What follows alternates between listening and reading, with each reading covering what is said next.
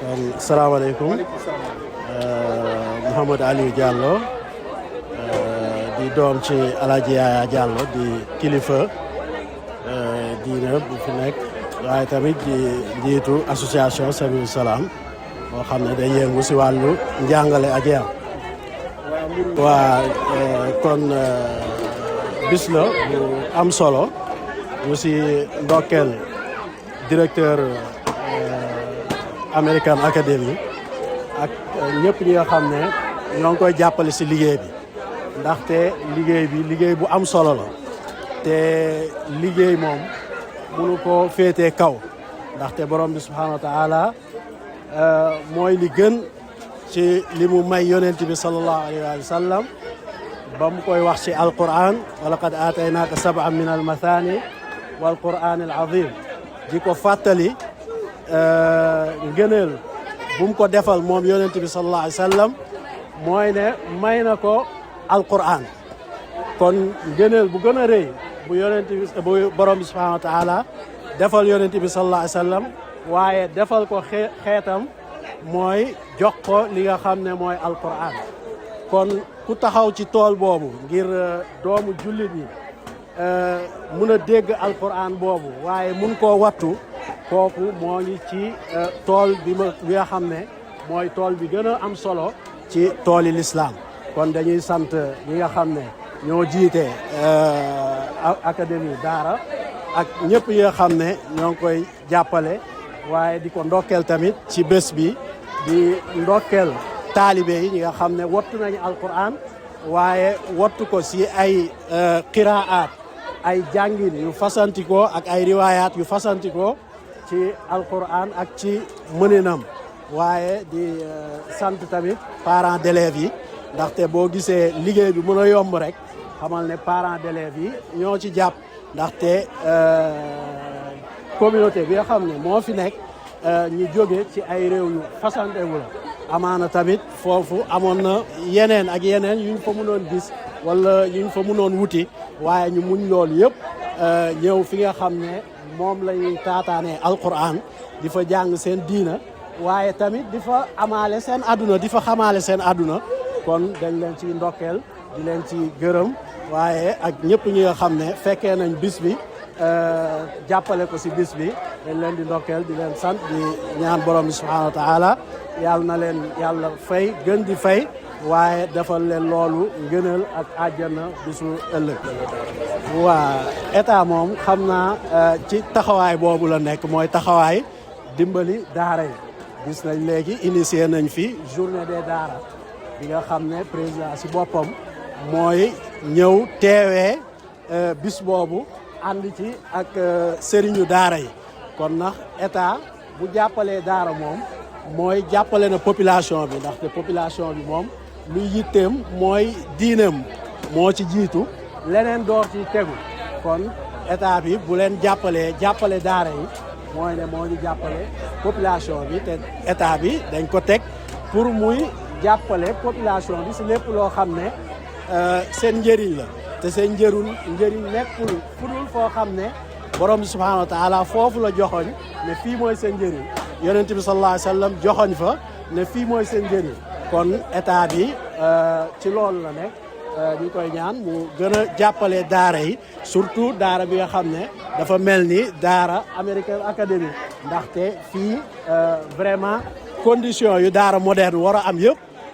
dajaloo na fi ci cetin ak toppatoo xale yi ak lépp loo xam ne seen sécurité la waaye jàngal leen alquran jàngal leen tamit yeneen xeetu xam-xam yi nga xam ne moom la ñu soxla kon dañuy ñaan état ñu jàppale leen jàppale daara yëpp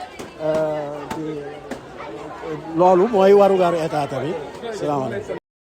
Assalamualaikum warahmatullahi wabarakatuh. Mon nom c'est Mamadou Salih Diallo. Je suis le fondateur d'American Dara Academy. Alhamdulillah, je suis citoyen américain et guinéen, africain, qui réside au Sénégal ici depuis 6 ans. Je suis venu ici avec l'idée que j'ai vécu en Amérique, que j'ai vu la diaspora africaine, surtout l'Afrique de l'Ouest, qui souffre de l'éducation de leurs enfants. Je suis venu ici pour faire partie de la solution. Je suis venu m'intégrer dans les Dara modernes ici pour qu'on éduque les enfants dans les matières islamiques, religieuses, surtout le Coran, basé sur le Coran et la culture africaine. Pour que s'ils retournent aux États-Unis ou bien partout dans le monde, qu'ils puissent réussir là-bas, être des bons citoyens. Justement, ça, vous l'avez dit, voilà. Vous êtes là pour créer des citoyens modèles à travers le monde. Aujourd'hui, dans ce contexte où nous évoluons, l'État du Sénégal a cette ambition de moderniser les Dara. Vous avez anticipé sur cet état de fait-là. Pourquoi? Oui, parce que je suis venu ici. Moi, je suis venu ici en 2019. J'ai vu les Dara. J'ai dit, on a un souci ici. Le problème est qu'on veut que nos enfants étudient le Coran, qu'ils soient les maîtres dans le Coran. Mais quand ils retournent aux États-Unis, ils sont en arrière dans le cadre pédagogique, le cadre académique.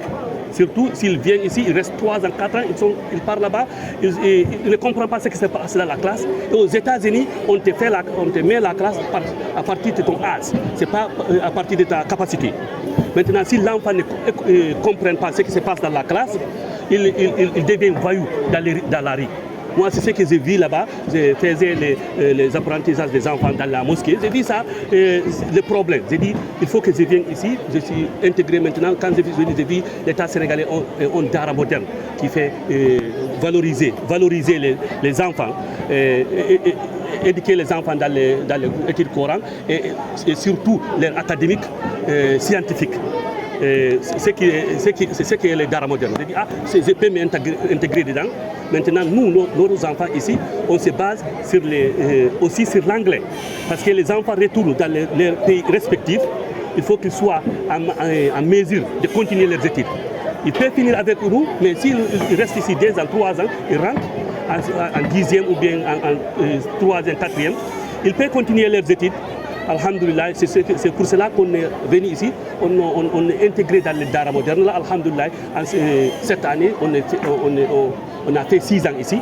On a plus de 40 élèves qui sont diplômés dans différentes matières de Coran. Il y a des gens qui finissent seulement le Coran et rentrent, et des gens qui finissent et ils révisent jusqu'à qu'ils maîtrisent, on les donne des diplômes. Il y a des gens qui restent ici jusqu'à qu'on les donne les ijazas. Ils rentrent là-bas, alhamdulillah. Ici, ce n'est pas seulement le Coran qu'il apprend. Il apprend comment nous, on vit en Afrique. Un enfant africain ne pense pas à la suicide. C'est parce qu'il vit la réalité du monde. Mais un enfant américain, 3 ans, 4 ans, 5 ans, mais 10 ans, il pense à la suicide, c'est quoi ça? C'est parce que nous, il y a des choses ici en Afrique qui vont aider, que nous, qui diaspora qui réside en Amérique ou bien en Europe, on connaît. Nos enfants ici, ils n'ont pas de problème ça. Ils viennent ici, ils font leurs études, ils s'intègrent dans la société, ils se sentent césés. Maintenant, ils vont partir, revenir en Amérique avec la force là. C'est pour cela qu'on a exploité ce qui est déjà présent pour servir nos diasporas qui sont là-bas. Parce que les enfants là, ils vont retourner. C'est des enfants américains, des enfants européens, australiens. Ils vont retourner. Maintenant, nous, on va les donner leurs valeurs, notre religion et notre valeur culturelle encore. Ça, c'est comme les parents là. Nous, on est avec lui, ça fait 4 ans, 5 ans. Il a des filles ici. Ils sont excellents. Il y a des enfants ici, on les forme en matière d'anglais. Il y a des gens qui peuvent partir en Europe ou bien en Amérique, on les forme là en matière d'anglais. Ils se diplôment ici, ils partent là-bas, ils continuent seulement. La difficulté principale qu'on a, parce que ici, c'est une innovation qu'on a fait ici. On vient dans un pays anglophone, étant francophone, on dit qu'on va former des enfants en anglais. Ça, c'est une grande difficulté ici. On est obligé à envoyer des enfants à la CEDEAO, regardez nos parents de la Ghana, du Ghana, du Nigeria, partout, ils viennent nous aider. Maintenant, nos parents qui sont là, au Sénégal, ici, en Guinée, ils viennent aussi nous aider, mais on veut une qualité d'éducation. Mais c'est la première difficulté, c'est parce que pour avoir des enseignants qui vont former nos enfants, c'est difficile. Et ici aussi, c'est le financement encore. Moi, je pouvais financer ça. Mais je ne peux pas rester en Afrique ici et financer. Mais on est obligé à être comme ça jusqu'à Inch'Allah. On va faire des écoles de qualité internationale qui vont représenter le Sénégal en matière islamique, en matière de dara, en matière académique encore. Maintenant, on est prêt. Parce qu'Alhamdoulilah, on a eu un succès. On a commencé ici avec 4 élèves. On se compte jusqu'à 260 à 300 élèves. Mais on va travailler maintenant avec l'autorité locale et au ministère de l'Éducation pour qu'ils nous encadrent dans le domaine. Parce que ce qu'on parlait, vous allez voir ici, il y a beaucoup de pelles ici. Parce qu'on commence par la famille. Mais au Sénégal ici, ce que me touche, ce que ça me fait mal, aussi, c'est ce qui fait mal aux diaspora sénégalais. Ils sont nombreux au Sénégal, on est ensemble là-bas. Mais si on fait des écoles comme ça là, nous tous on va éduquer nos enfants ici. On ne peut pas que les enfants ils perdent là leur religion, leur culture africaine. Parce qu'on a vu ce qui se passe là-bas. Si tu restes dans un pays 20 ans, Wallah, tu connais ce que c'est les enfants quand ils sont nés jusqu'à leur fin, tu vois. Leur mentalité. Inch'Allah. C'est pour cela qu'on est là. Alhamdulillah. Et on demande à Allah subhanahu wa ta'ala de nous aider et l'autorité sénégalaise de nous encadrer. On est ici pour faire les bons. On est ici pour éduquer nos enfants. Oui. Thank you very much. Assalamu alaikum warahmatullah. maa ngi nuyu seen téléspectateurs yi avant tout. Man maa ngi tudd Abdoulaye Diallo. di parent si élèves yi di jàng American Dara Academy fii. noo ko jàngatee ak ndax am nga satisfaction. waaw man depuis 2021 samay doom ñoo fi am naa fi ñaar doomi jigéen. maa ngi suivre seen évolution xale yoo xamante ne buñ fii ñëw daanaka xamuñu dara nga toog di leen dégg ñuy jàng surtout lu ma gën a motiver si côté éducation diine gi waxtu julli di jot ñuy demal seen bopp di jàpp di julli. loolu tamit ak yu bëri yoo xamante man sama doom dañuy waxtaan yenn saa yi mooy wax ci diine gi mu nekk loo xamante ne lu dundal sama xol la ba pare jàpp naa ne nit ñi nga xamante ne ñun ñëpp suñu doom ñi nekk fi vraiment même point de vue la ñu am moo tax suñu doom ñu ngi fi ba léegi depuis 2021 wax léegi yaakaar naa woon def 5 ans wax dëgg yàlla te damay waxtaan ak samay doom yu bëri di leen questionner ci école bi nu mu demee naka lañ ko gisee bu fekkee na juste pour xool ndax dañoo bëgg a génn dem ci beneen école waaye man daal mën naa lay wax ne ci école yu ma gis yi yu ma gisagum yi wax dëgg yàlla école bi moom dal na sama xel trop c'est parmi les meilleures écoles islamiques école Dara Academy.